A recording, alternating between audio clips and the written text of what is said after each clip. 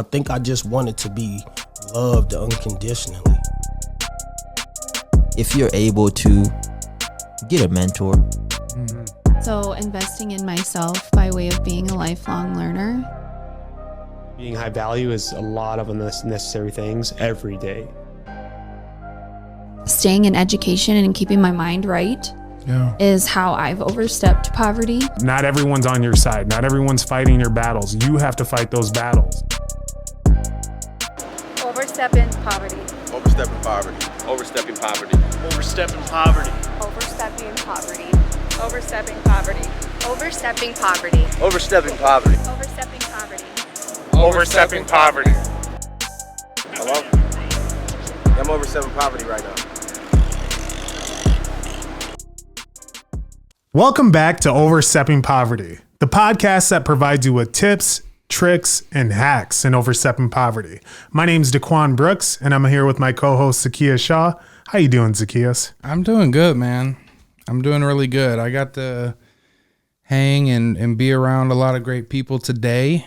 It's always good. So every other week, I get to meet with a group of people that are either business owners or entrepreneurs or, you know, people that work off referrals. And it's nice to come together and share more about our life other than just business. Because we find that a lot of times they're going through a lot of the similar things. You know, it's different, but we're always able to give people some advice or different point of view perspective. Yeah. And I think that's important, you know, that people need. But so that was really nice to do that. It had been a few weeks since I got to do that, and just finding a balance back at work now that the baby's home. So Yeah, that's amazing. Yeah, how are you? I'm doing good as well. I think just that mastermind group that you guys have, I am a part of the group as well. I just haven't been able to make it, just being on Tuesdays. It's definitely something that I'd like to try and start working on my schedule so that I can be there, because it's definitely something that's important to me. Obviously, the group itself, you, myself, Wesley, Albert, we all came together and we're like, this is something that Sioux Falls needs, you know, just not only for us, of course, but other people, so then they can truly realize that they're not alone when it comes to being in this city and needing, if you ever need someone or you need to turn to someone, you have someone that is not only just like-minded like you, but also ensures that they're on the right path and journey just like you are. So definitely need to make it there. Other than that, just I'm great. Yeah. We just had Thanksgiving, and I was able to host Thanksgiving. Let's go. You know, I love hosting things, seriously, whether Let it's food events. Obviously, Thanksgiving is definitely all about the food, and it's also about giving. But just to have family, friends all around you, I think that's just a different level, and especially when it's in your home, you know. Right. So I definitely really enjoyed that. Yes. I didn't even get to that. That yet. Let's go, baby. Yo, yes. Team Boy over here.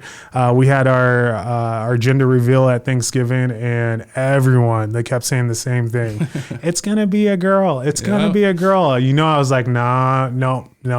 It's going to be a boy. It's going to be a boy. And I talked that into existence. You know what I'm saying? Now I have a little baby boy coming in April. So let's go. But just so you guys know out there, I'm not against Team Girl. It's just I had to make a decision. Everyone always asks. But at the end of the day, no matter what, you know, whether it's a girl or a boy, as long as they're healthy, that's what we look for. But absolutely, bro. I love it. Yeah, well, I'm excited to get into our podcast today.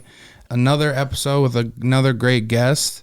And, you know, he was actually at that group this morning, and he said something in the group that made me think of the podcast. And it's like, you know what? He's right. He said, you know, it's dope that there's people that will help people use their voice, essentially, you know, because there's so many people out here that have something to give, you know, and there's so many people out here that they don't really have that outlet.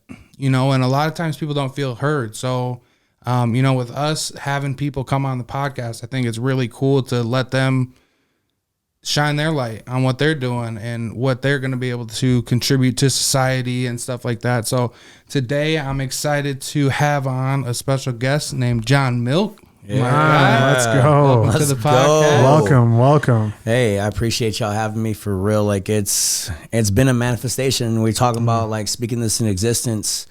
I've been manifesting this for about 6 months straight. I said, I'm going to be on this podcast, man. Like, I feel like I'm overstepping poverty. I feel like I got an idea. I feel like I do have a voice, and now it's validated. It's coming full circle. Like, everything I've said in this past couple of years is now coming into fruition, and bro, it's hitting. Like, that's dope. That's the thing where it's exciting. So yeah, thank you guys for real. Absolutely. Thank you. I mean, honestly, at the end of the day, like, we don't have a podcast if it's not with our guests, you know. Right.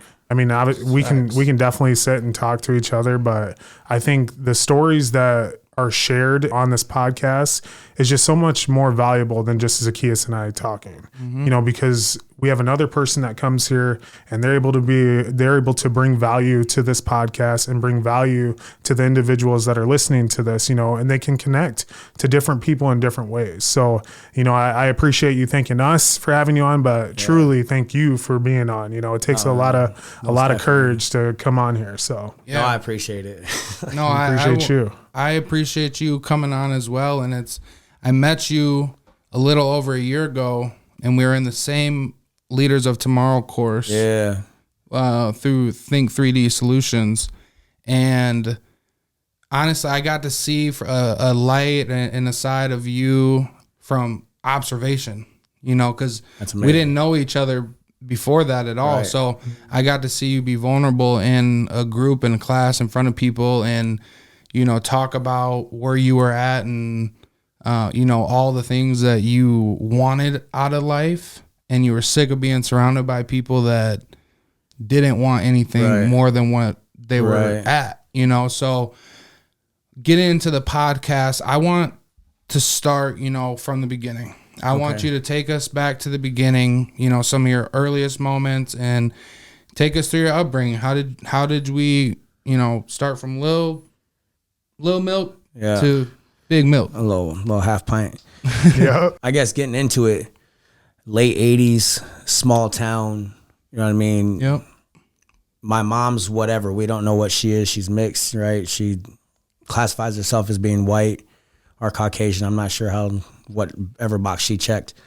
My dad's native, you know, and he was raised by a single mother. So that idea, and then plus, I believe there was a lot of residential school involvement. My aunt and my dad went. I believe my grandma went. So that residential school thing and again, we'll probably get into that a little bit later, but that effect that it had on my family was an instant, like, you could feel it. It was direct. It was direct. You can definitely feel the misplaced anger, misplaced emotions, and then closing off these emotions and never speaking about them. My grandma didn't talk about a lot. Right. You know what I mean? She was focused on what was the next move, how are we getting by, what are we going on, you know what I'm saying? And then how you going to try to control my father while controlling me? Again, it was one of those things, bro. Like, it got pretty hectic pretty quick. And for those people that aren't aware of what he means by residential school, and correct me if I'm wrong, but this is more so of the boarding schools that they had, that they would take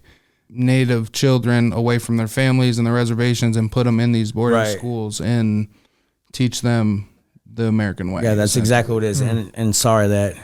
No, you're good. I just wanted to clarify for people out there that aren't aware. Listeners and viewers, so with that, again, it's not something that's spoke about. It's not... I remember growing up that was a threat as a child. I'm talking about like 8 years old, you being bad. Like, you're going to go to Flandreau. Like, we're going to send you there. One time digging around in my grandma's room, like, I found the applications, bro, and my name was on it. I was like, ooh. But then, again, so that's shortly after... Just being in small town Yankton is just, you're either on this side or you're on that side, pretty much what it seemed like, right? Either you were born with or you were born without. And then with that idea, with that poverty-stricken mentality that we didn't know what these words were then, so how do you identify that? That's just life, right? The struggle's real. We talk about that all the time. It is what it is, bro. The struggle's real. Cool. So then with the struggle comes crime. With the struggle comes addiction. With the struggle comes abuse. And suffering through abusive, toxic, you know, and you can't blame. And that's the worst thing. Like, I've learned a lot, like, within these past few years that, like, there's a reason, but then you can't blame, but then you can't excuse it. So it sounds like a contradiction, right? Yeah. And a lot of things today, it's going to sound like a contradiction, but it makes sense. You know what I mean? So I can't blame or fault my parents for what happened to them and how they raised me, right? But if they don't take ownership, then that's on them as well. So then, you know what I mean, what are you doing? If you knew better, you'd do better, right? And the fact that maybe they don't know, that's where I look back on it today, like, well, maybe they don't know. And if they did, maybe they'd do something different. So the moment I found out that, you know, I could know, I guess, hold on, let me back up. We're still in the beginning, right? So we'll just get to that. So then, you know, crime, you know, low income. Yeah. I swear. Were you in a single parent household? Growing up, yeah. So my mom left early, right? She left super early with my big brother. Okay. And the story was that, so I'm a child of like, we got numerous brothers and sisters, right? Different generations of kids or whatever. Yeah. Like different versions, my dad says, because you got different baby moms, right? So then I'm the middle child technically. Okay. But in my dad's eyes, because like my mother told him that my brother wasn't his. Sure. So in my dad's eyes, it was some crooked thing about like, well, he's mine, but he ain't mine. So this is my firstborn, right? So I got that title automatic growing up. I was my grandma's favorite.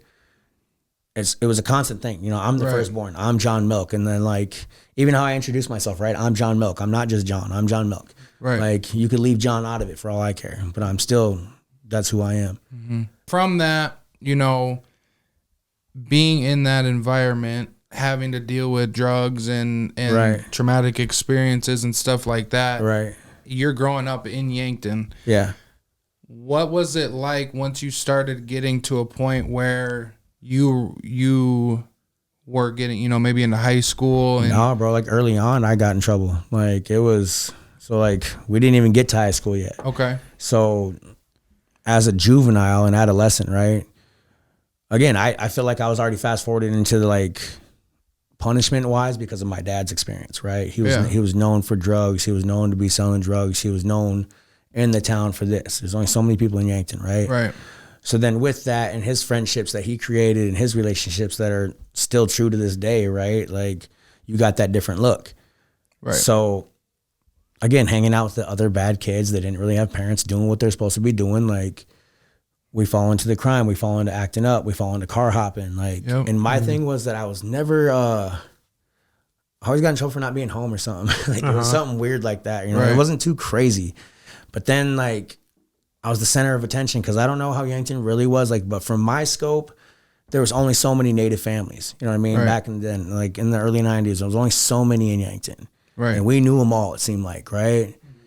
And then, so we were targeted a lot. It felt like even in school, it was like, bro, something happened and we were acting up. No, and that doesn't negate nothing I was doing, right? But like, I felt like if I was a different kid or if I was a white kid, the punishment would have been different. It didn't fit. It fit for me, it seemed like, because again, you don't understand racism and systematic oppression when you're a child. So like one time we got out early for a snow day or something like that. And this is in middle school, bro. My brother pushed me into a pop machine. His friend pushed me into a pop machine. I bounced off it. I turned around and throw my cousin in the pop machine. The white girl say some stuff like, he was beating them all up. He threw them all in that. And they were intentionally, I was like, bro, I got arrested for destruction of property. Like I got expelled or not expelled, but like suspended from school for a little bit.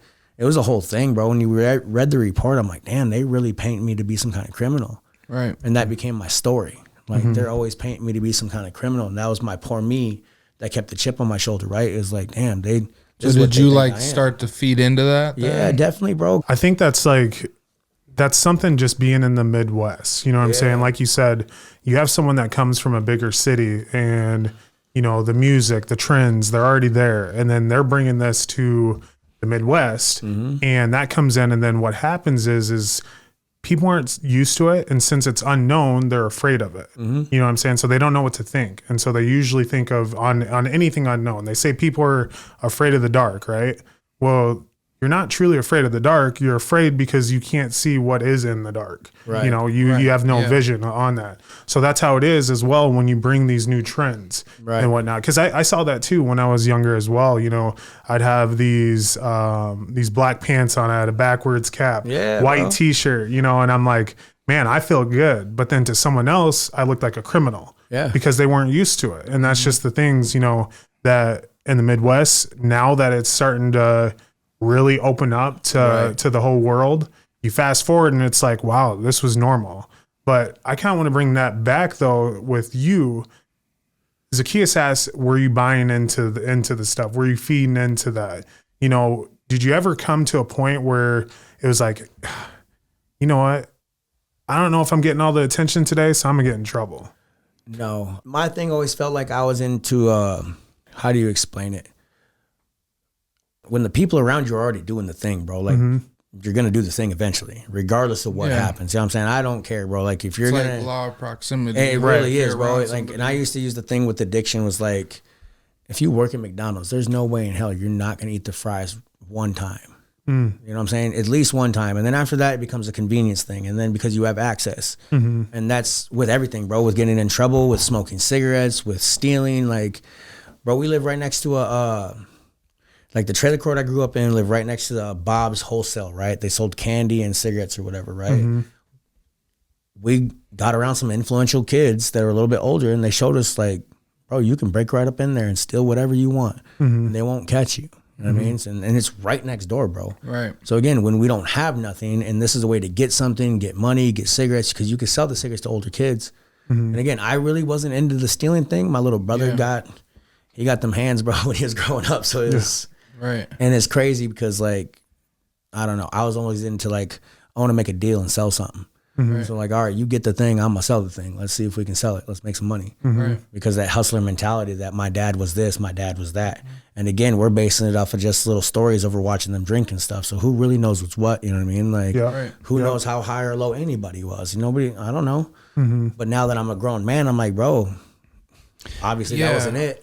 Like, well, I still look at things like that, you know, and when you take any of like judgment out and you just look at it for what it is, when people are in the struggle and when people are living on survival, it's actually in a perspective that I'm coming from. It's crazy to see the creativity that you come up with. Like survival is, I'm going to get this and I'm going to find a way to sell this or get the, you know, to try to climb out. Naturally, we're going to try to climb out from whatever situation we're in. There's a lot of things that in those times that people will look down on and you may look down on or whatever.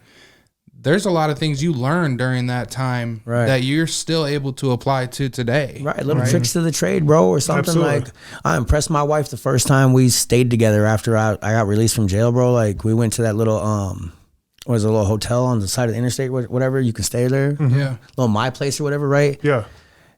And she's like, oh man, we don't got this. And I was like, I'll show you how to cook some food right now, bro. Like I can make you a whole meal and a bag of water in a microwave, dog. And she's survival. Like, wow. Like, you know what I'm saying? I was Bear Grylls or something like that, bro. Like, I was like, I could really get us out here. And these are trips to like the res and all that. And when we go out to Milk's camp and like my dad promoted the struggle. The most. I swear to God. He's like, we out here, we're going to struggle. I'm like, what? And it never made sense to me, but it was one of the things we did. And I'm telling you, like, even talking to my sister now, like, she looks at me some type of way sometimes. She's like, bro, we never did this, because we go out there now and get an Airbnb and like we're promoting a different life. Like my kids shouldn't have to suffer. They should go out there and enjoy it. You know what I mean? They should go out there and be able to feel it without having to feel it. You know what I mean? So like we bring a different aspect now. That we'll get to that later, right? Well, I want to talk about quick though. I want to talk about how relaying it to that hustler mentality or that, you know, that struggle is what really makes people and drives people later on in their life. So what is it about, if you can think about that time, is there anything you can take away from that you're able to apply to your life now? And how has that hustler mentality been able to help you get to where you're wanting to be? Let me interject real quick that like, it's not all hustle, bro. Like I was raised by addicts. Right? So and that's a real thing, like real addicts and real alcoholics, but they're functional. Okay. You know what I'm saying? So like if you're functional and you're doing your thing and like there's always somebody you could look over and they're worse off or whatever compared to what my dad's doing. Right. You know what I mean? Because my dad's still doing his thing and he's young and he's tough and like and then my grandma too, she's thugged out doing her thing, bro. And like she was a respectable woman in my eyes. Right. You know what I mean? So I'm like, she's doing the most, but then she still had drinks on the weekend. She still, like, I remember the first time I ever told her to go to sleep, bro, she smacked me in my face. Yeah. And like I was like 10 years old, bro. I was like, Yeah. it's time for you to go to bed, bro. It's late. Whap. I was like, damn, bro. Like Like, who are you talking to? she's like, who you talking to, bro? I'm still Right. enjoying my drink. So what is that? What is that like though? But that idea of it, bro, that I can bring still from that is that there's so many different, like, again, it's a contradicted thing. Like, you can make something out of nothing. But the contradiction is that as soon as you get that something, bro, you go fuck it off on something that you don't need. Right. Or you go fuck it off something that doesn't gonna give you value. Like, and that's until recently, you know what I'm saying, in these past 6 years of my life, like I realized like if you don't take something and invest it into something else, then you're just chasing your tail. And I no longer want to chase my tail. I didn't, you know, and I've learned that, and I've been blessed to be, again, with my wife and all that, and we'll get to that part of the story. So like, I've been so blessed to see some things now, and you've seen that, and you've seen the change and the things I spoke about. And it's, again, I don't act like I did this on my lonesome. Right. Like, you know what I'm saying? Like, and if people act like they did that, then they're false, bro. They got to be capping a little bit. Like, you can be self-made. Like, yeah, I did this myself, but like, did you? Like, whose idea did you listen to? Whose direction did you follow? Did you pave a way that was unpaved? I highly doubt it. Most people in this world can't come up with an idea that hasn't already been done before. You know what I mean? Like, we think we're these unique people, and we are. And DNA-wise, we're unique, and that no matter what. But you can Google John Milk, bro. There's more of them out there, and it's weird to me because I thought my name was unique, right? But there's a few of them out there. Like, I thought it was the only one. Yeah, I'm not a senior, junior, nothing, bro. But there's another John Milk over in Alaska or Florida or something like that. Like, it's crazy. That's So can you take us back to kind of when that mindset shift where you're just like, you know what, this is it. My past is the past. It's time for me to start focusing on my future. Bro, that wasn't until my 30s. Like, actually. So if we can just run through it quickly. Let's run through Let's do it. Yeah. Let's run through the story quickly. Because again, like, we talk about 8, 9 years old, like I was getting into trouble. I was actually stopped by a police officer and be like, oh, hey, I know who your dad is. Like, hold on, wait. Pause me up and everything, bro. I'm like, what is, that's messed up. And I realized it was like, this is what it is for me. Right. So again, feeding into it unknowingly, but I would never on purpose be like, oh, I'm just going to act up, because who wants to get in trouble, bro? Like, I was locked up with some of those kids. And I'm like, damn, bro. Like, I'd be judging those kids while I'm sitting in the same position. The nerve of me, right? But for some reason, I was always made the example of. So like, I would get into a little bit of trouble and they'd be like, well, damn, lock him up. Cool. And then I couldn't follow probation rules. I never could follow the rules, bro. Like, you try to put me in a box and lock me down and say I got to be home at this time. And my friends are all messing around. I'm going to do what they're doing. I'm going to get out. And my grandma was raising me at the time. So like, there's no way. Right. You didn't have the structure like, to really. She couldn't chase me down. She could deal with me later. Yeah. Right. You know what I'm saying? But then, so at 13, I'm living like a 16-year-old, bro. Like, I remember I came home to my aunt's house one time. I brought a 17-year-old girl with me. And she's like, who's this? I was like, my girlfriend. She's like, what? And dealt with it, bro. Like, actually dealt. I was like, be nice, bro. Like, she's my girlfriend. Right. Yeah. What's wrong with me? You know what I mean? Like, so again, like, we fast forward, and I was never one of those fast forward kids who was like, oh, I took responsibility and I stepped up for my family, and I wish I would have been that guy. I regret that all the time. I've always been a leader, a voice of some sort, right? And without the proper influence, bro, like, I was a leader for the wrong stuff. So going into, like, I think it was 13, right? I was on intense probation. I would never stay home, bro. I was always messing around. I had a girlfriend at the time. I was always sneaking out, going to see her, and that shit added up. And then I was always smoking. So I couldn't pass the UA. And that's been like the story of my like criminality, I guess, is like, well, if I couldn't pass the UA for the life of him, bro, like, like I swear to God. So then at 13, they're just like, yo, it's it.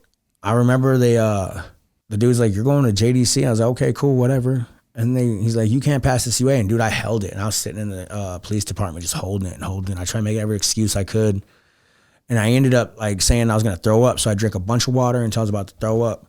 They brought me in a trash can. I seen that they have a bunch of rubber gloves in it. I was legit pissing in the corner, fucking I don't even remember if there's a camera or not, bro. I just know that, because in a juvenile, they can't put cameras on you. Right. So like, I'm in the corner, bro, just pissing in these gloves, tying them up. And then finally they come back. They're like, you can't go there. We're going to take you to JDC for the night until you can go. I'm like, damn, you can't. They're like, no, you're not getting away with this shit. Because I played a few games like that before. Yeah. You know what I mean? They're like, no. Took me to JDC. Finally, like halfway up, just like, I'm gonna piss my pants, bro. I'm gonna fail DUA. Just let me go to the bathroom. I guarantee it's gonna fail. It don't matter. Lock me up. That was the tipping point. I didn't even see the judge. They called the judge, right? This is before FaceTime and all that shit. So they called the judge, bro. I didn't even get to go to court. They called him. They said this, and this.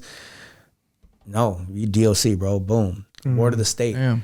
I called my dad the last time he was in court. He's like, I don't know what to do with him. He's running amok. Like, what do we do? He threw his hands up. I was like, damn. My grandma's like the only person always that spoke up for me. And she's like, he doesn't deserve this. Like, he might deserve some shit, but he don't deserve this. And she knew what was going to happen, right? They're going to take me away. And again, what that probably triggered for her, I never got to ask that. You know what I'm saying? Like what that did, like, you know what I'm saying? That probably meant a lot because my dad got taken away. You know what I'm saying? She got taken away probably. Who knows? You know what I'm saying? One moment here, and I'll allow you to, of course, continue on your story there. But you had said that your dad said threw his hands up, and he's like, I can't. You know what I'm saying? Like, how did that make you feel? You said, I don't know how it made my grandma feel, but how did it make you feel at that point in time? Well, like there was nobody, bro. Like there was legit. My grandma was the one, so there was somebody. But there's nobody else. Nobody that should have. But then again, as a grown up now, I can't fault him for not knowing what to do. Absolutely. You know what I'm saying? Like I can't be like, well, you should have did this, this, and this. Cause like we've had those conversations and it goes nowhere. Right. So, and I get that because as you fast forward, of course, there are plenty of things that we learn in a short amount of time that some people won't even learn in a lifetime, you know? But I'm just saying, like, as a kid, because I too have been there as a kid where I'm like, man, the one person I was hoping that was going to stick up for me was like, nah, I'm done. Like, push the limits. You know what I'm saying? So, like, to me, I'm like, gosh, you said that and I put myself in those shoes and I'm like, at 13. What now? At 13. Yeah. He's like, I don't know what to do. He's running amok. And maybe he didn't know the heaviness of what those words meant. You know what I'm saying? But it meant a lot. He's like, all right, well, cool. You awarded the state then. We'll figure it out for you. Like, cool. And my dad's like, all right. Because again, probably in his life, that's what he was used to.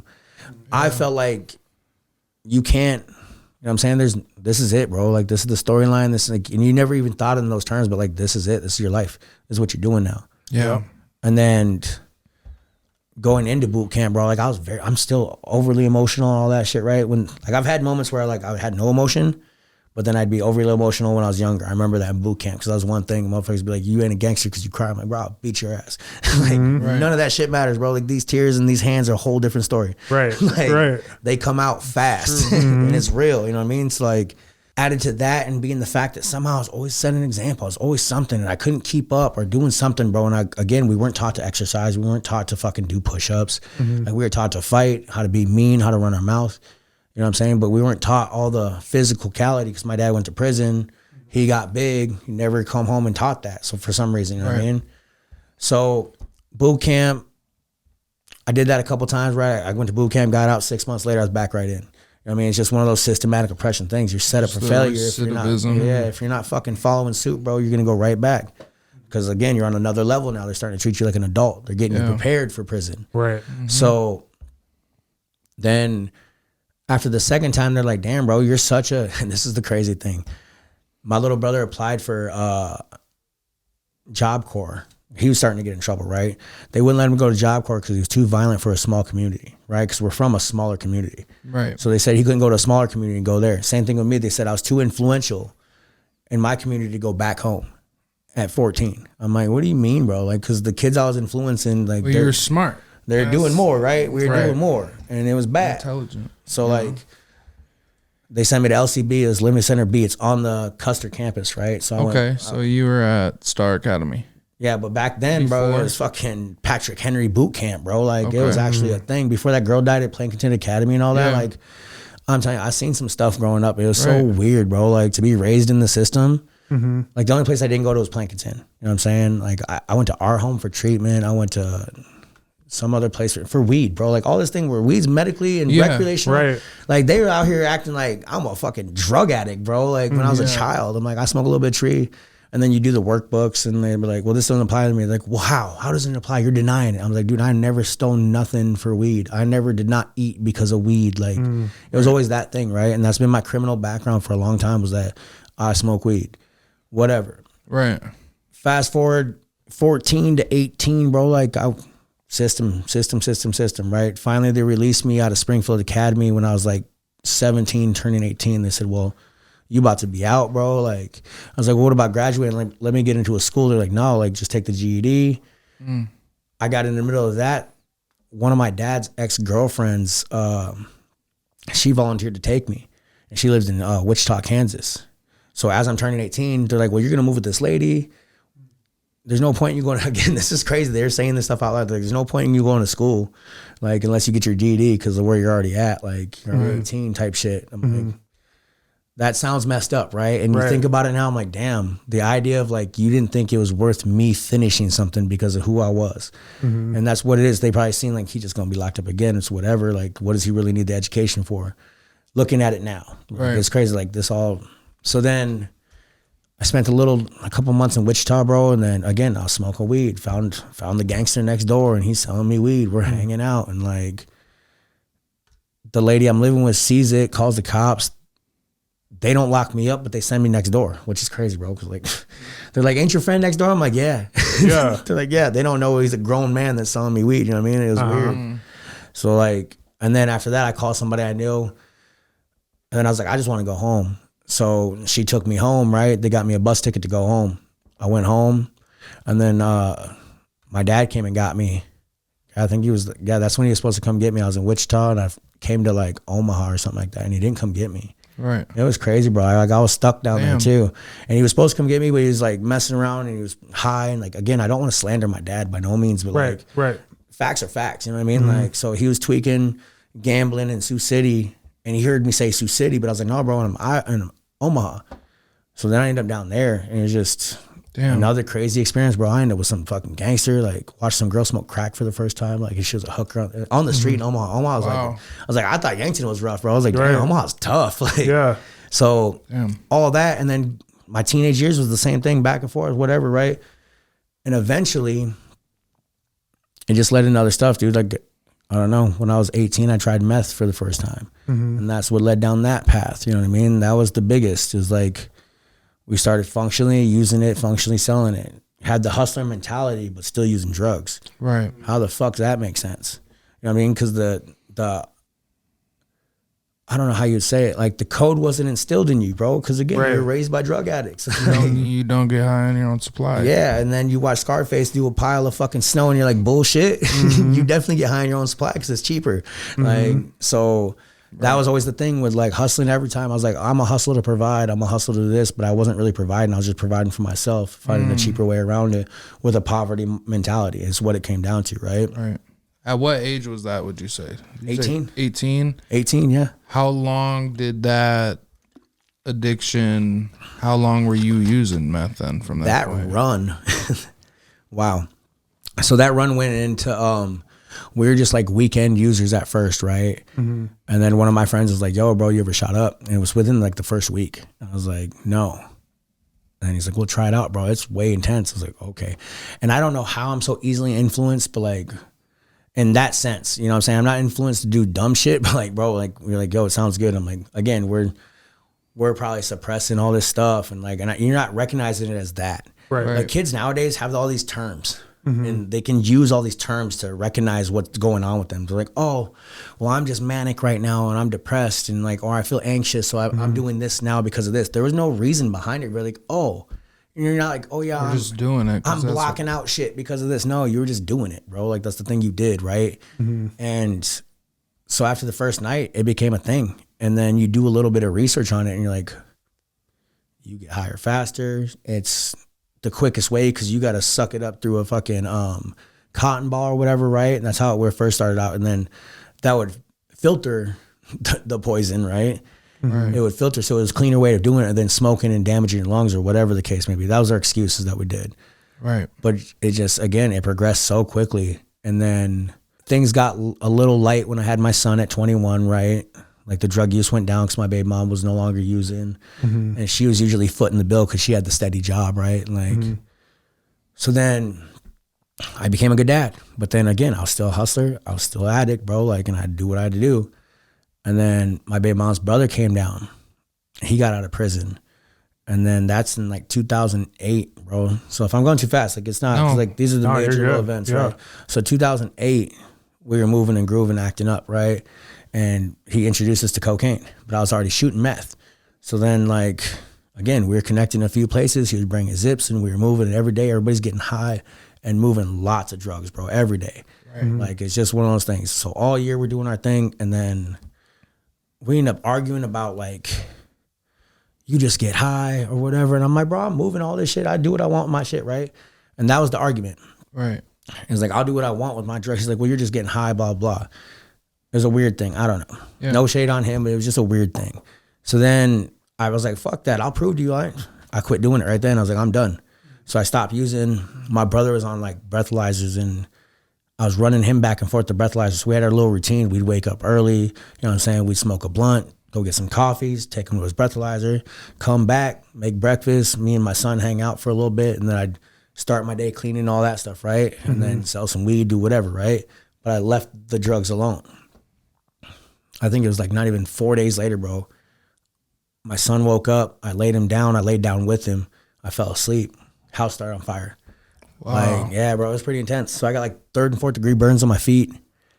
And that became it was crazy, bro. That was like, I should have known then, like when you see the reaction from people and how people function and all that, I'm like, damn, bro, like, yeah. My baby mom's brother wanted me to take the charge. He's like, because he was already a felon. So he's like, bro, you're only gonna get a little bit of time. I'm like, dude, I got a kid and a baby on the way, right? Because my kids are 8 months apart. Same baby mom, right? So like she came pretty early, and like, but even still, it was like, she's on the way. You want me to go to jail? I was like, we already all hit, but you want me to take it all? That's what he wanted. I was like, I can't do that. Like, we can't live like that, bro. No. Whatever, his story. Well, there's so many things, and I don't want to get into that. Yeah. Right. So I don't know how we like move around with that. So then I get out of the felony, right? Because of the fact that they can't prove it. So we get the charge of like having a house to hold, use, or sell drugs. Right. So that was our charge, right? It's less than a felony. And my lawyer's like, she's been a family friend my whole life, you know what I'm saying? Like the family lawyer, my whole life, juvenile and everything, like she was representing me. So like, she's like, you're not going to get these types of charges this early. So they pled me out. And then fast forward, you know, my 8 months or a few months later, my daughter is born. Again, I'm doing drugs. Again, it's just.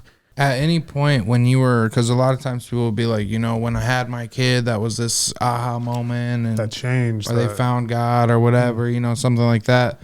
For you, did you have those moments? Because I know, you know, when you are using drugs, you're not always attuned to a lot of those. I think the issue was I was so functional that, like, especially the people around me, everybody would tell you, like, he always was there for his kids. He was doing his thing for his kids. He was with his kids. Like, so what I've been known for, bro, is like, I love my kids, but I also want to do what everybody else is doing. I'm doing my thing, you know what I mean? And then I learned, I was like, I can do my thing better than everybody and still take care of my kids.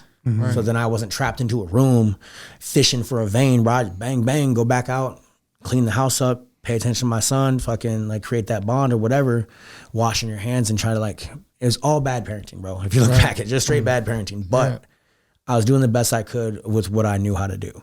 And I feel like that was the thing. Because there wasn't a ha-ha moment. Because my dad had me. And he's like, yeah, I got high the night I had you.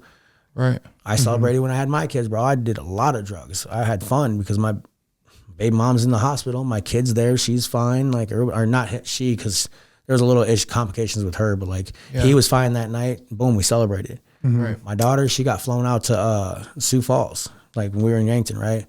And that's when so then we moved up to Sioux Falls. It was my first time. That's why I'm saying like off and on, I was part of this community or whatever. Yep.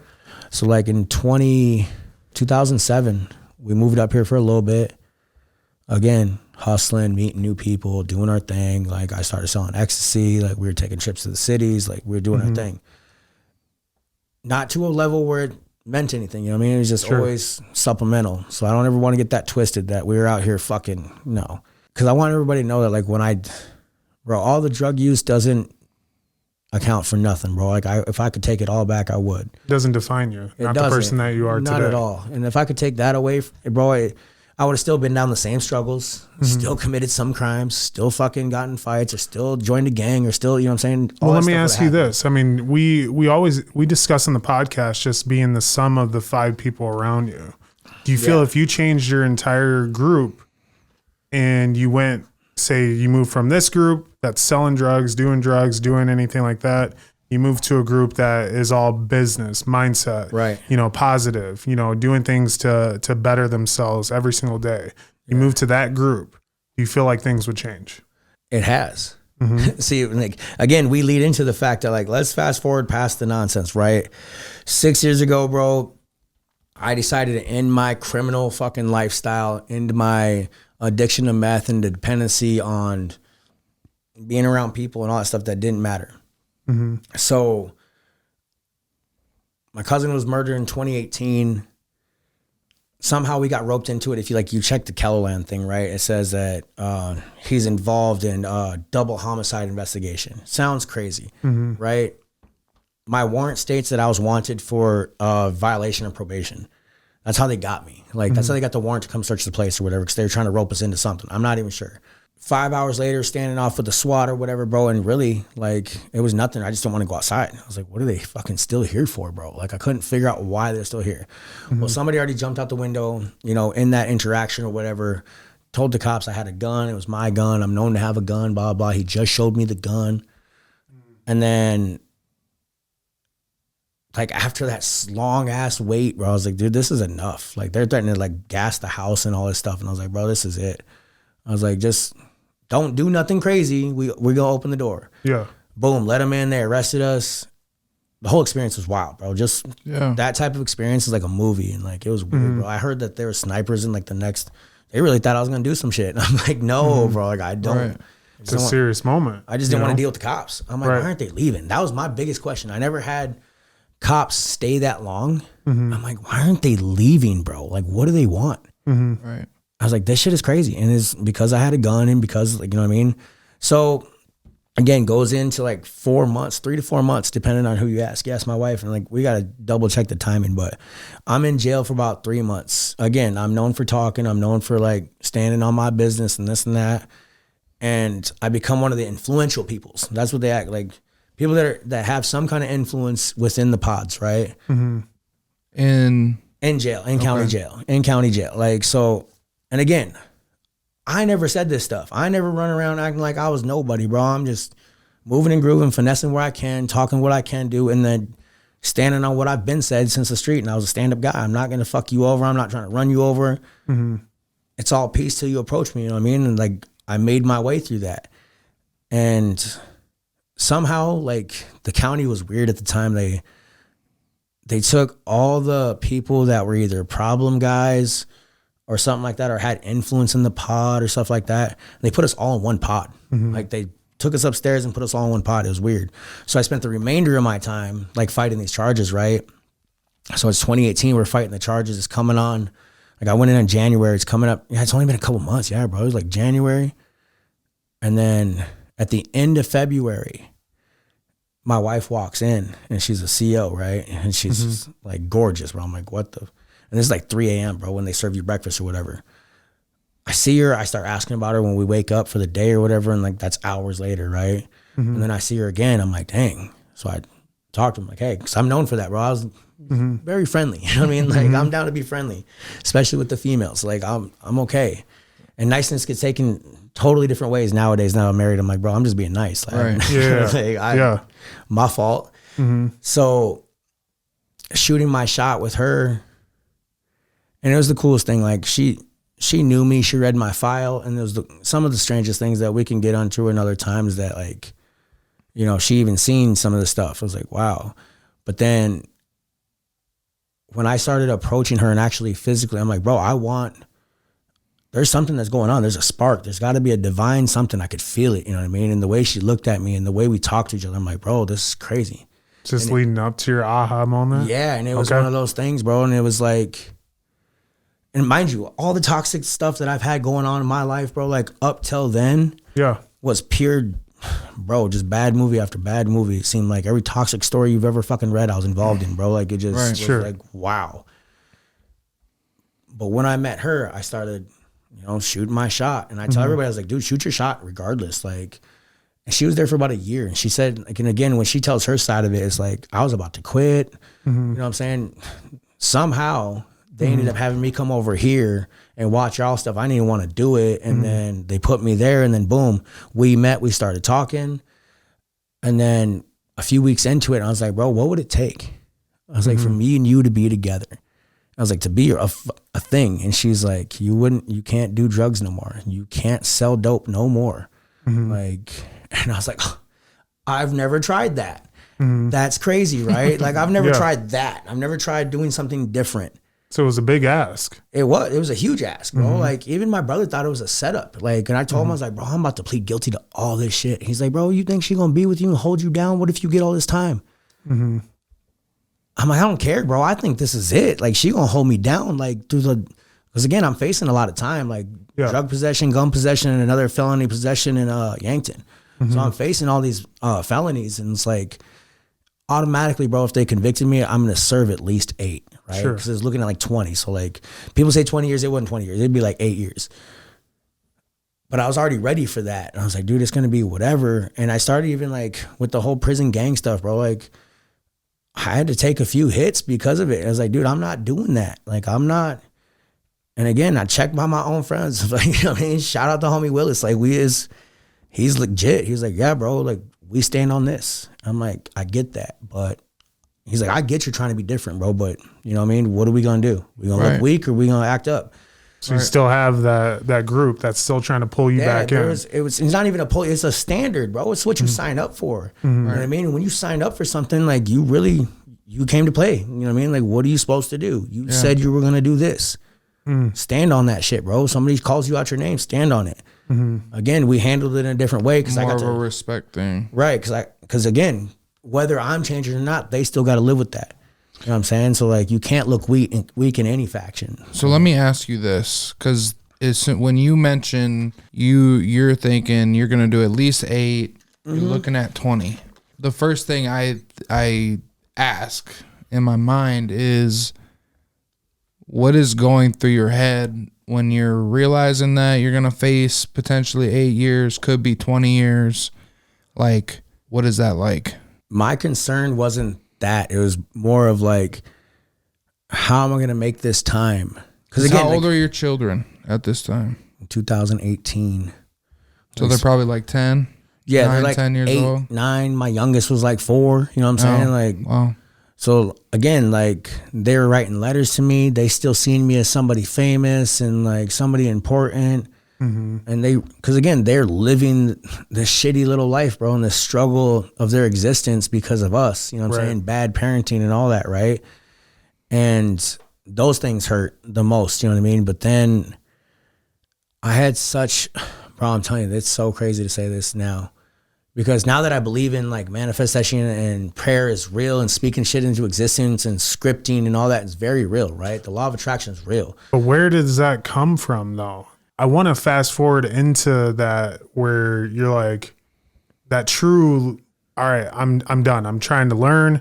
I'm trying to better myself. I'm trying to be around people that want better for me. Right. You know what I'm saying? I'm hearing your story and I get it, because I'm hearing like you trying to break out so many times. It sounds like at this point in time, I was done, got pulled back in. This time, done, got pulled back in. Right. You know what I'm saying? So there was a point in time where it was just like, that's it.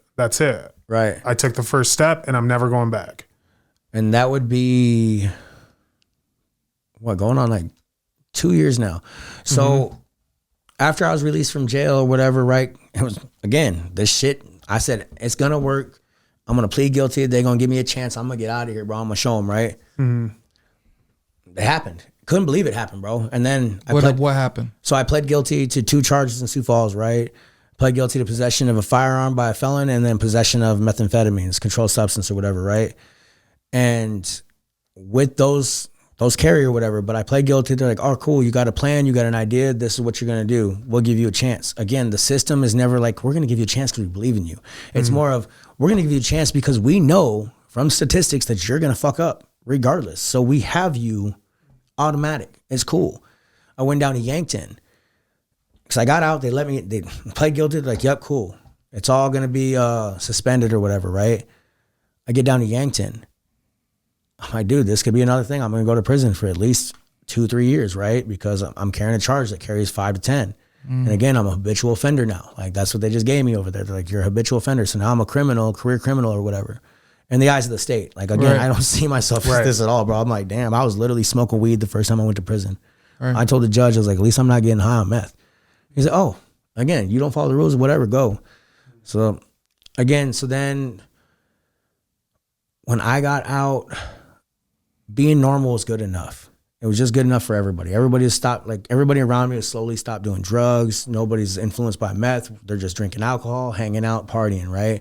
And we're celebrating the fact that we're just not on drugs. It started to irk me. It started to be a thing where I'm like, dude, we do this all the time. My wife's stressed out on Sundays. All we do is waste food and money and alcohol, and then we feel sick the next day. Like, what a shitty way to start a Monday, right? Because we were trying to enjoy our Sunday, living for the weekend and whatever. And all these things were clicking with me. And it was like, damn, bro, I want something different. Like, I want to do something different. And again, no shade to everybody that wants to fucking do their regular stuff, bro. Like, go ahead. But something in me was do something different. And then a couple relatives died, elders, like throughout this time, right? And my wife seeing how we do things in my family and in our culture, we bury our own. So we dig the grave, we have the ceremony, we lay them to rest ourselves and bury the grave. All by ourselves, bro. Like, me and my son, we buried like, I think like 3 people together now. Me and my little boy. He's a man now. It's amazing. So like, when did we meet?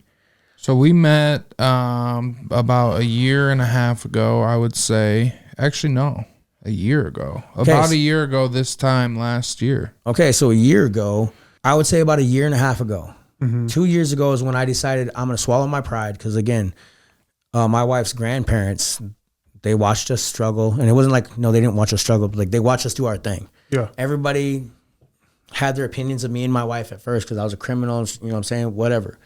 I proved to them over and over, time and time again. And you've seen it at their birthday party, right? They're like, finally, they're like, yo, we ain't worried at all. Like, you got it. Like, cool. So I got people change. I got the sign off, right? At first, it was a constant, bro, I'm not like what you think I'm going to be. Had to prove yourself. Yeah, and it wasn't an issue for that. But they gave me an offer. They're like, well, you guys, you did it. You tried. Good job. And it was sarcastic, just like that. They're like, you tried? Tried to what? Make it. Yeah. Like, make it financially, bro. Like, we're spinning our wheels living in a 2-bedroom townhome. And it's a nice place, but it's not fitting for my children that come to visit me on the weekend. And again, we're running around Yankton to Mitchell every weekend. I get literally a total of like 24 hours with my kids, bro. And we're just spending, trying to get time with them. And then they are all sharing a fucking room. Right. And I'm like, what is it? What's got to give, bro? And then finally they spoke up. They're like, we're going to show you. We'll give you an opportunity, move into our house. And they're well off, you know what I'm saying? So like, move into our house. We'll show you some of our values, you know, help you save money, and then we'll help you get a house. Everybody in my friend group was like, yo, you're going to move in with white people? Why would you do that? Why can't you just get it on your own? I was like, bro, what are we really doing? Like, we are struggling, dog. Like, I'm paying so much in child support, probation fees, everything, bro. I'm like, I don't even know how we're making it, but we're making it, you know what I mean? And it's cool, and I'm grinding, I'm working hard, and like, I beat probation. And then as I move in with them, we change jobs, you know what I'm saying? We're doing things together. Like, all of a sudden we decide that, because my kids are about to turn teenagers, and I'm like, dude, I need my kids. They need this. They need me. You know what I'm saying? So then my baby mom was in a bad position, and she's fighting her demons or whatever. And like, I was like, dude, this is better. Like, now I have better. Let me show you better. We're living in the safest city in South Dakota. Like, I used all those stats, bro. Like, they're going to go to Brandon, the #1 school in South Dakota at the time. You know what I mean? Like, they're voted #1 5 years in a row. She's like, all right, cool. So they moved in with us. So now my whole family's living in this basement, and it's a nice basement, right? But we take that year, one of my other cousins kills himself. As we're saving money, we have this sense of responsibility. We go down there because we just left Milks Camp, right? He hangs himself that night. My aunt calls me. She's like, I need you. I come running back, right? We're back in Nebraska now. We're doing everything we can. And all I asked for, I was like, here, teach me the way. Show me how things go, because in this family, I know that I'm coming up. It so happens that a funeral is a major part of our culture. Like, people fucking die, bro. Like, they do die. So what do you do? And then again, trying to find all the things that we do and what was proper and how to go about it, and just being supportive. And it's a hard thing, bro. Like, and again, it was one of these things that like, it seemed like it was meant for me. Like, all right, cool. You got to be the one to be strong, to carry on ceremony, to at least speak the idea of it. And I'm still learning, bro. Like, don't ever ask me to come up and pray in Lakota, because it ain't gonna happen. Not yet. Like, I'm not there yet. Not yet. I don't put no limitations on me, that's for sure. But with all this that happened, it was, bro, we stacked up. We spent the money, like we gave as much as we could. It was like 2 bands or something like that. It was like $10,000 to bury somebody. Right. Okay. Yeah. Like, yeah, it's 10,000, bro. And like when they're like, it costs, like, we need 8,000, and everybody got silent and like looked down, and I'm like, and that's with like, bro, what pretty much no headstone. That's no headstone. None. It's just burying him. That's crazy. The cheapest casket. That's why life insurance is important. Yeah, man. And that too. Plug yourself, bro. Life insurance is serious, because I need it, and I need to find a way to get around it and all that, because of like my history, right? And we're gonna discuss that sometime. We can talk about it, yeah. But seeing that like, when you're fighting something so deep, bro, you can't beat the system. You can't beat it out yourself. Like, what are you gonna do? You feel like you have no options. Like, damn, that can't be me. You know what I mean? I got too much to live for. When we met, talk about Leaders of Tomorrow, because that's where really you started to Let's want more and more. Again, and when I joined Leaders of Tomorrow, it was an offer that I didn't know how serious it was at first. That's to be totally transparent. I didn't understand. There's a few people in my life, like my therapist, Serene Thin Elk. She breathed life in me. She was validating me at the time. She was doing all these things. And she's like, yo, from the sounds of how you're living, like Leaders of Tomorrow will be good for you. Mm-hmm. Okay, whatever. Yeah. Never knew nothing about development, none of that shit, right? So then Shelly Gaddis, she, like through her, Kristen's grandparents, we met her, and she spoke some life into us, and like she challenged me because I wanted to be an entrepreneur, right? And I was like, dude, I just can't do this. And that was where the whole idea of chasing success was for me at that time. Like when I was like, well, dude, how do I be different? How do I do this? And I started watching all these motivational videos, and like they were telling you how to exclude yourself, change the people you're around. And then her grandparents were like, stop being around the influencees, be around the influencers. That outlook instantly. I was like, well, how do you do that? That was the next question. How do you do it? Right. And when I met Shelly, she's like, well, go have a meeting with Vonnie. I was like, oh, I know Vonnie. Like, he did the rap thing a long time ago, right? When I was younger. He's like, yeah, he's been doing his thing. He's really involved in the community. He does this, this, and this. I'm like, okay. And I still sat on it for a little bit. And then somebody I was working with, they're like, dude, you should take Leaders Tomorrow. I was like, dude, I keep hearing about that. Like, take it. It's serious. It's like, all right. So I signed up. Had a meeting with Vonnie. Vonnie's like, yeah, dude, like, we're going to get you into Leaders Tomorrow. Like, this is going to be your time to, like, develop who you want to be, because we can see the passion in you, but you need to develop it. So we jump into, I get into the class, right? I'm working at JL Beers, and I'm like, bro, I just want to be an entrepreneur. I want this stuff right now. I'm trying to figure it out. And like all this information is coming quickly, right? Yeah. And I'm like, bro, like, why can't I get it? If somebody would just show me, I would do it. And when I said that, I didn't know what I was talking about. But now that, it's not even but now, but as I grew in Leaders of Tomorrow, I realized that if somebody would just show me success, if somebody would give me a blueprint of how to live a better life, and that's not even financially, bro, like just morally and the way you think and just how to track success and what it looks like, you know, to be between the ears, really, you know what I mean? And how to discover yourself to get everything, right? And then finding a support system of people that believe the same way as you do.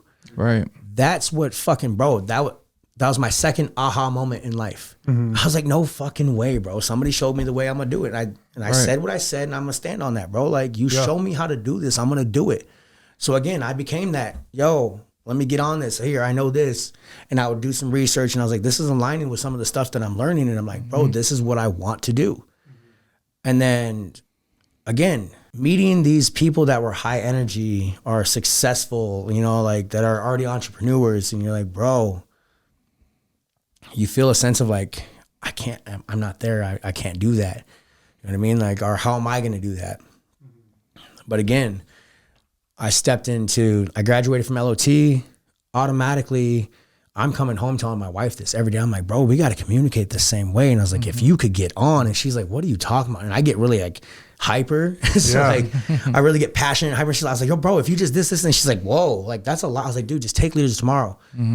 Well, I got in good with Tamian, and he was like, yeah, we'll get your wife into Justice Impacted since you're Justice Impacted. I was like, okay, cool. it was just automatically get her in the cohort so we could speak the same language and better Right. our already, like, dude, like, we're the standard of relationship, right? Like, just love and all that. And in order to continue to have that standard, you got to continue to work on it, right? Right. So in order to grow, you have to water, you have to plant the seed, you have to fucking give it time and be patient. And that leads me into like how I'm being successful now is because I stepped into it, I leaned into it. And that's what they offer at Leaders Tomorrow is like, we will offer you all of this. It's up to you how far you take it. And I'm like, I want to take it to the max, bro. I want to be successful. Right. And they're like, well, what's success mean to you? I'm like, well, fuck. Obviously, financial freedom is a big deal. Yeah. You know, because everybody's like, if I was rich, it'd be all good. What I've learned, though, is like, if you're not preparing yourself for what's to come, you're not going to know what to fucking do with it anyway, bro. And that's the difference between rich people and wealthy people. There it is. And that's the big differences. And that's even with generosity and charity and understanding. Like, you only can go so far, bro. Like, really, unless you do it with a positive attitude or unless you do it with genuineness, you know what I'm saying? Authenticity. Right. Like, if you're not coming from an authentic place and actually trying to do it positive or, I don't know, without any like, It's the right mindset. like backhanded, underhanded motion, you know what I mean? Right. Right. Like, cause karma's real, you know what I mean? Like, Absolutely, like the laws of the universe are factual, bro. Like, that's a thing. They don't talk about it because it's fake. It's real.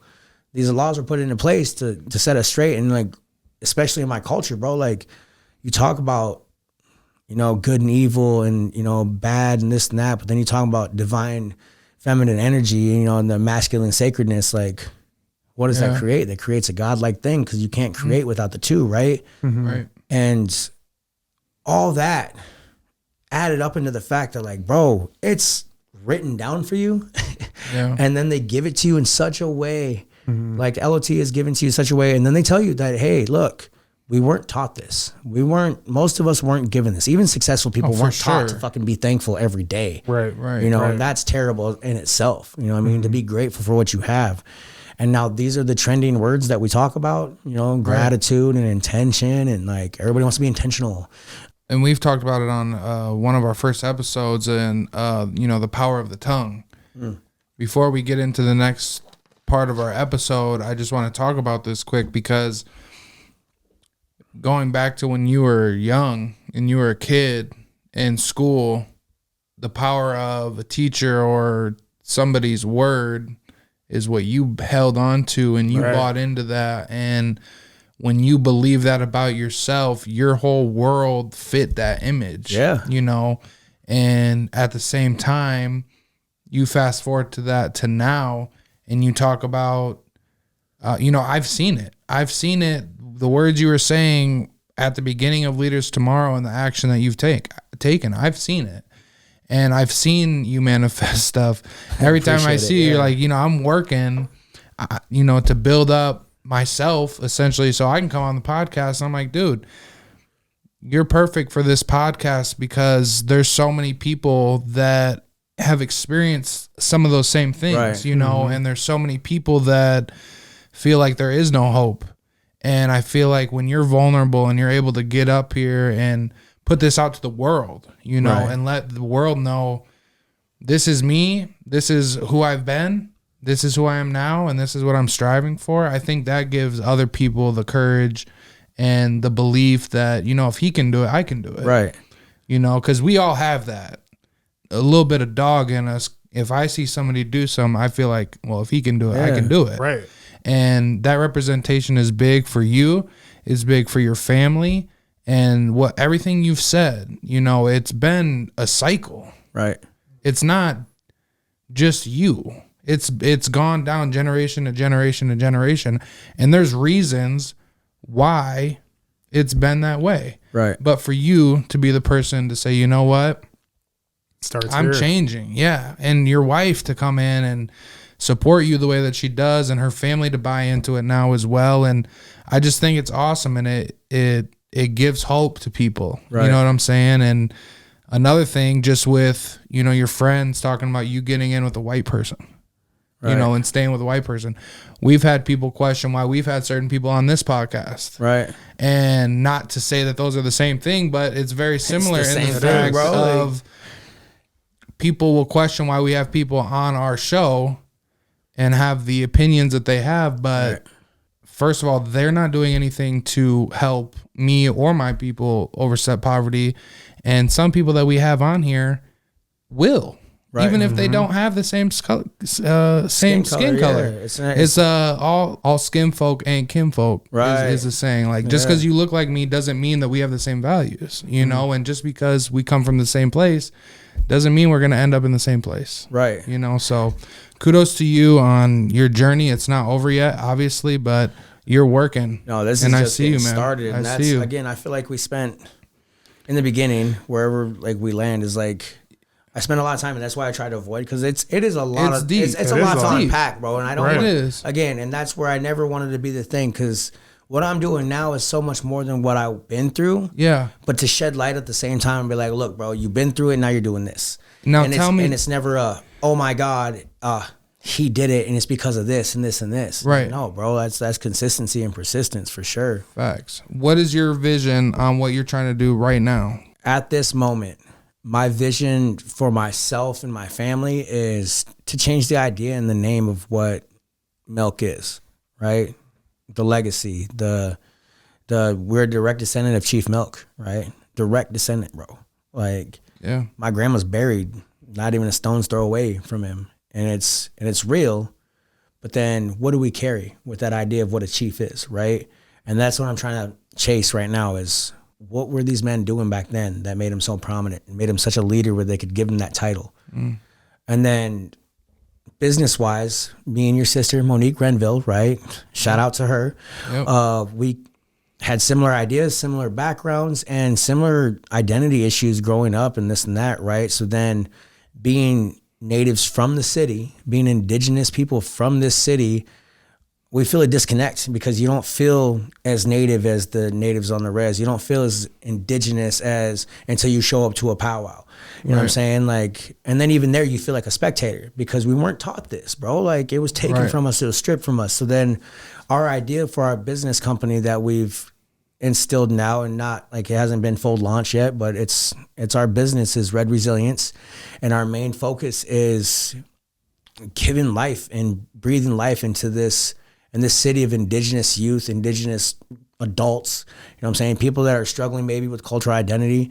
And I'm not talking about fraudulent whatever. We're not getting into that or whatever. But if, like, show me who your grandma is. You know what I mean? Like, that's what it comes down to. It's not, like, to me, it doesn't matter if you're enrolled or whatever, bro. Like, do you know who your people is? And then even still, like, where did you come from, or where do you want to help connect people to the root? And that's what it is. It's just giving the idea that, like, look, bro, I'm just like him. I live in the city. You know what I'm saying? We go out to the res and do the same thing. It's, you know what I'm saying? I'm here, though. Yeah. And again, I'm not from the res originally, but I've been there enough to understand, like, look, bro, that's not for me.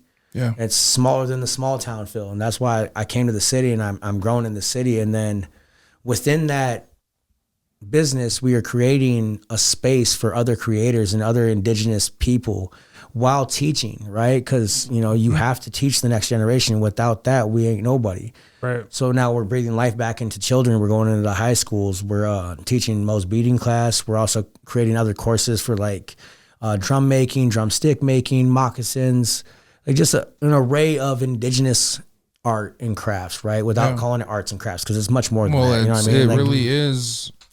It is art. It's beautiful. You know what I mean? And then somebody craft it.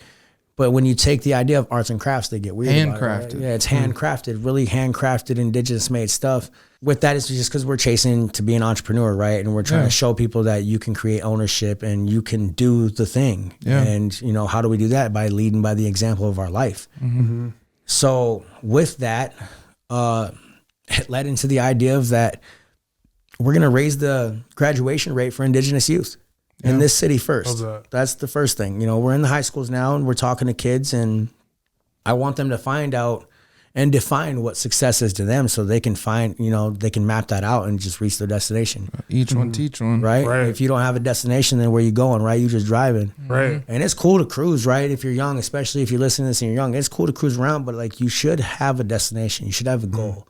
The journey's great, but, like, you should have something to obtain, right? Yeah, something to strive for sure. Right. So that's the first thing we step with is if you graduate high school, that's a major accomplishment. I never had that accomplishment, you know, but I feel like just because I didn't do that doesn't mean I can't speak on that. Right. You know what I mean, you're trying to help the people, like I just said, each one teach one. You're trying to put your hand down and lift somebody up based off of the knowledge that you've just obtained. And you don't need a degree to define you as valuable. And I tell my sister that because she feels that way sometimes because she doesn't have a college degree. And I'm like, the real life experiences that you get is enough qualification in my eyes in a lot of cases to teach things. Right. If you taught yourself how to bead, who am I to tell you can't teach that? Right. You know, and you are Native American, whether you're biracial or not, it doesn't matter. This is what you are.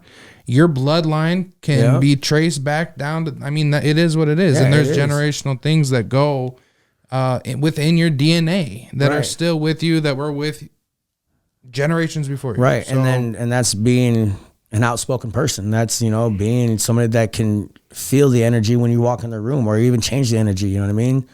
And the last thing I want to lead into before we get into the roundtable is that this life that I'm choosing to live is for everybody. It's actually for everyone. It's not something that you have to go pay for. You know what I mean? Like, it's something that if you focus every day and just move something forward a little bit every single day, it's going to grow and it's going to change. And then if you see, like, if you dropped a little bit of water in a cup every single day, the cup will be full. You've all had something leak before, right? Absolutely. And that bowl fills up, right? Yep. And it's up to you whether or not you want to fix the leak or push the leak forward. And me, I was trying to burst the pipe, bro, because I don't want to be a drip in a cup anymore. You know what I mean? I want to see my cup overflow for sure at all times. I love that, man. I do as well. And, you know, obviously just sharing your story, it's so inspiring, and there's going to be people that listen to it and they're going to figure out that where you start does not determine where you finish. Definitely. You know, there's a story of growth in between that, and there's a story of resilience to truly continue to keep going. Because at any point in time, you could have just given up. Period. I give up. I'm going to keep doing this exact same thing, but you didn't do that. And so there's growth in that. And there's also what we say in the beginning of this podcast, and that introduction is being the difference between I can't and I can, or I won't and I will. And that's just a shift in mindset. And you've done that, you know? And so my question before our roundtable here is, being someone who's gone through all that and looking at yourself today, there's somewhere in there where you figure out really the true definition of overstepping poverty. Right. And so I want to know exactly, in your perspective, what is overstepping poverty to you? Overstepping poverty, in my mind, is actually that. It's in your mind. It's a mindset. It's living in lack. It's having a scarcity idea. It's feeling like there's not enough for everyone. It's feeling like you don't deserve that. You know what I mean? Like, these are things that are instilled in us, indoctrinated in us for generations. And once you step out of the idea that there are rules and they're black and white, and this is the only way that you're going to do it, and if this is the only way you can dunk a basketball is if you're 6 foot tall. Like, no, dude, you can dunk if you train your legs. If you jump, eventually it'll happen. Right. But if you limit yourself, then you're stuck. And that's fine, because it's all about your mindset, right? Right. So again, I came to terms with myself that if you do this, you won't get this. You know what I'm saying? But if you do things a certain way, in small increments, and if you're willing to learn, and if you're willing to be open to suggestion, to counsel, and not advice, because everybody got advice, bro. Nobody wants to hear that. Right. I don't want to hear your advice. I want to hear your life experience. I want to know something that you can help me through, something that you had to avoid yourself. You know what I'm saying? How you overcame it. It's about knowledge, bro. Like, if you don't know, how are you going to do? You only know what you know, right? And that's another thing. Like, don't be afraid to learn. Right. Don't be afraid to be like, oh, well, credit's not for me, you know? Right. You know, oh, getting a loan for a car is not it. Buy straight out. And then you're paying all year because you're not a mechanic either, bro. So what do you mean? Like, what are we really doing here? So again, being a student forever, and then changing your mindset. Absolutely. Right. And that's how people continue to progress. It's knowing that you don't have all the knowledge. There's always more to learn. Right. You know, so I completely agree with you. And that's a great outlook, you know, and definition of overstepping poverty. I love it. But I do want to move into our next part of our episode here, and that's called Roundtable. You now have the chance to ask us questions, put us on the hot seat. So take it away. I guess my question to both of you is, being entrepreneurs that are on the track, right? You're on the track for success. I can see it, you know what I mean? Plain as day, and other people can that have been on your podcast, that are watching your podcast. How do you balance making it without forcing it?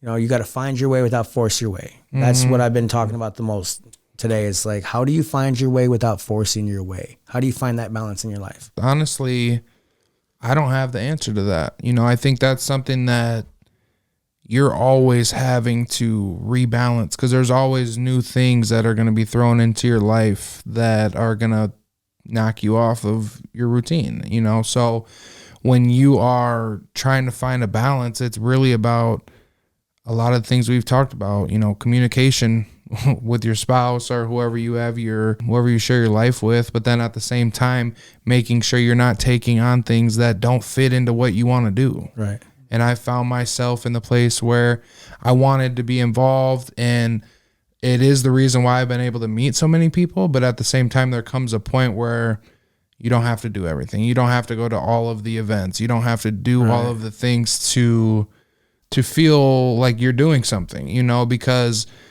at the same time, when you go to everything, there's a loss of value in that too, because you become too accessible, you know. So there's a fine line between those things. The balance is, I don't think there really is ever a true balance, you know, at least for me. Yeah. What do you think? You know, for me, it's something that I changed a few years ago when I got into my sales professional career there. And it's, when you force something, someone will ask you a question, right?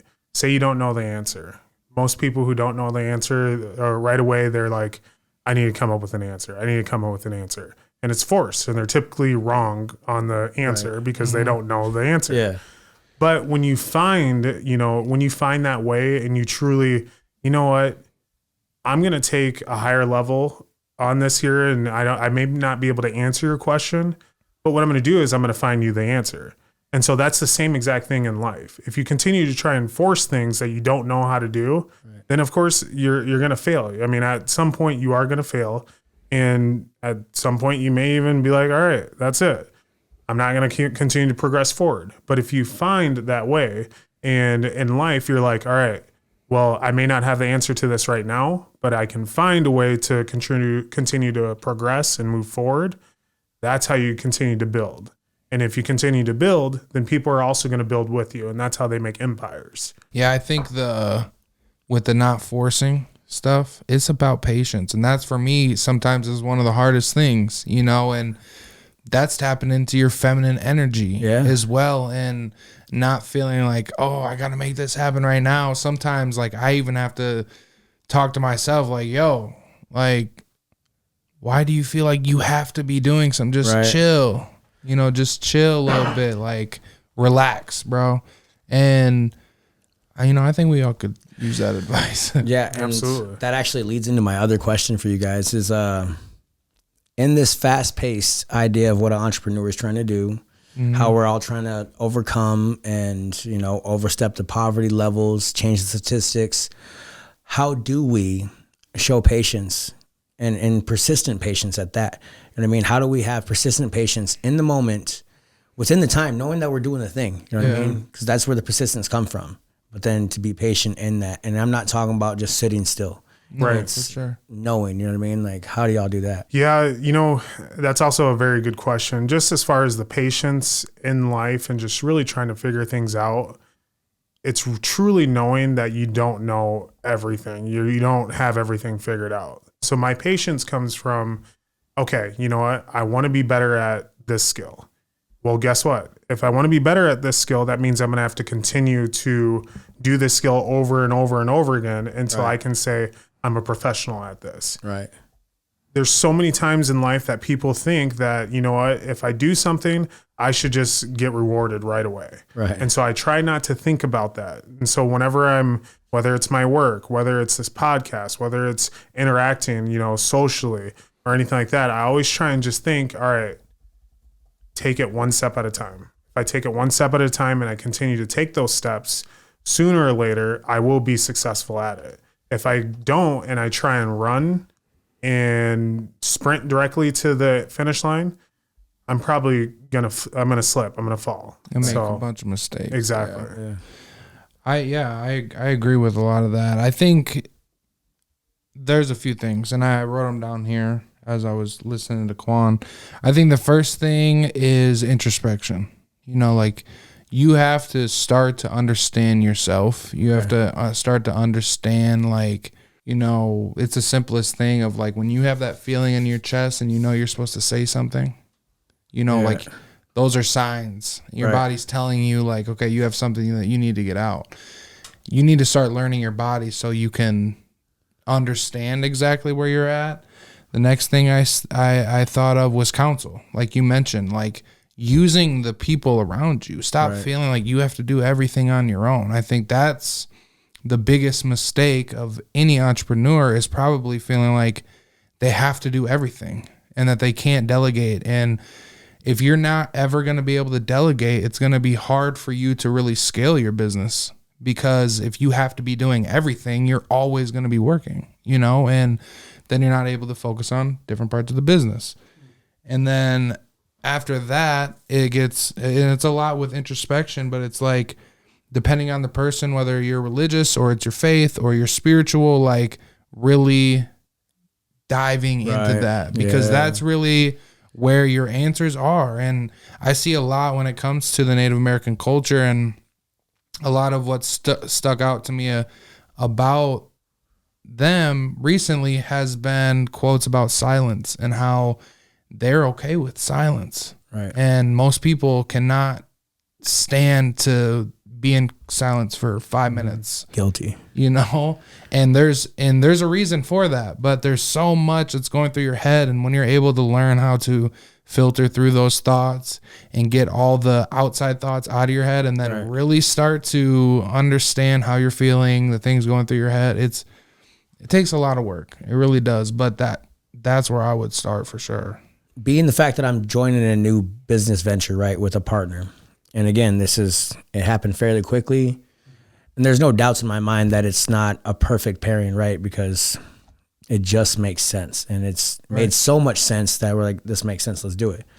So in discussing a business with a partner, like, and you got a couple of them, right? Like, you got different partnerships with people. How are you partners? How does that work? How do you see the business going? How do you discuss growth? How do you discuss even this time thing that we ran into? Like, how do we, like, it's okay, but it's okay, but it's not okay, but it's okay. Yeah. Like, how do y'all balance those decisions? Truthfully, I think it's a level of understanding. Respect. Level of understanding, respect, as well as communication. Okay. And there's going to be times, of course, in this business partnership that you have where it's like, man, I probably should have communicated this better. Right. You know, and everyone has that in any partnership, but it's manning up or any, whatever you want to call it, you know, stepping forward and being that bigger person is like, okay, I may have done this wrong, but this is how we're going to fix it. Because at the end of the day, in any partnership, you don't want it to fail, especially a business. And the only way that it is going to fail is if you get this huge ego and you're just like, it's my way or the highway, right, you know? And so that's how people fail. So I think just with you getting into a business partnership and whatnot, I think you just have to understand that the communication to anything, it's key. It's just like a relationship, right? You know, it's something that you guys both will have to work on. It's something that Zacchaeus and I work on daily, right? You know, it's not something that just goes away. So true. I like that. I think it's like, I mean, he hit the nail on the head with all that he said. And, you know, it's like it's a relationship. Like, you're literally in a relationship with somebody, and you can think of your own personal relationship with, like, your wife or, you know, your friends or whatever. There's going to be times, obviously, when you're not seeing eye to eye on things. And I think the biggest lesson that I've learned through it is there's a couple things actually. You're on the same team. Mm-hmm.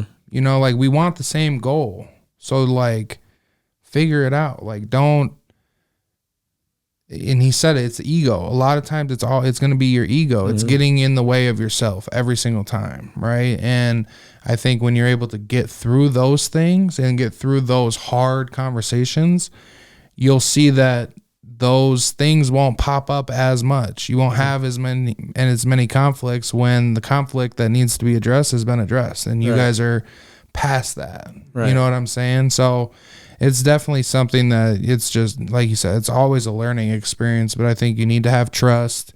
And the other thing that I think is you need to have the mindset, like you need to be all in. Like if you're not all in, there's no point in doing it. Like if you're not all in, it's not going to happen. Exactly. And fill the time or something. Right. No, and there was a point where I felt like we were still doing this podcast, and even at the beginning, and we're doing it, but I didn't always feel that I was always bought in personally as much as I am now, you know, because I'm completely bought in, and to get to that point took us going through arguments and stuff. Absolutely. In a conversation of like, hey, look, we're doing this, we're putting this money into this, we're trying to build this because we see the vision. You need to be bought in, or like there's no point like at all, because then we're just wasting our time. So put your money where your mouth is. You know, it is. Like, and that's not just money, financial. That's everything. Yeah, you know your resources. You be present, like your time. Yeah, for sure. There's a lot of things that go into it, and it's hard. That's why so many people fail. But if you really have the common goal and you really believe in it, you know, you can do that shit. Right. And I ask these things because it's more of it's a counsel. Like, if you already know, why should I have to go through it too? Right. You know, and I think I explain that to my kids the most. I'm like, bro, like, they're like, why you got to be like this? I'm like, well, why would I let you go out there and get hurt or put yourself in a position when I was already in that? And if you just understand that I was there, and, you know, we take away the fact that like I'm just some old man that I don't get it. But when we really talk about the fact, like, look, bro, like before the crosswalk was there, I was across the street. Now there's a crosswalk. Let me show you how to get there. Right. Yeah. You get across safely. So absolutely. You know, you've had so many gems in this episode here, and so many learning experiences that other people are going to hear and truly learn from it. And so I do have to ask just a couple more there. And that's, can you tell us, you know, the 5 tips, tricks, and hacks in overstepping poverty on what you tell yourself, or even maybe what you tell your kids? The first one automatically that I learned from Grandpa Dwayne, he said, don't be around the influencees. Be around the influencers and watch how your life changes. It's a big deal. And then be around people that are willing to show you the way if you're willing to learn. You know, that's a big deal. Like we talked this morning, closed mouths don't get fed, bro. So if you need something, ask. But understand what you're asking. You know, I think that's the biggest thing. Like, the worst you're going to get is a no, right? But if you understand what you're asking from them, I think it'd be easier to ask that question. Right. Like, well, what are you actually asking for? What do you want? Yeah. You know? And if you can be like, well, you can be clear with that, then it's not an issue. Find your way, not force your way. That's the biggest thing I got. And I feel like my last one is persistent patience with a patient urgency. That's been my thing, bro. That's been literally rocket ship the whole time. Like, all gas, no brakes. And I got, even my mentors are like, bro, slow down. I'm like, no. It's not, I'm not chasing the next thing. I'm chasing the thing that makes sense. Yeah. And that's, you know what I mean? I'm not for the next thing because I already see my future. Like I said, I've spoke this into existence multiple times. Like, everything I've said I was going to do, you take away the distractions, and I'm working on them, right? We're still working on distractions. Everybody has them, and I'm still working on them. I'm still fighting 1,000 different addictions that I didn't know were addictions because I was actually addicted.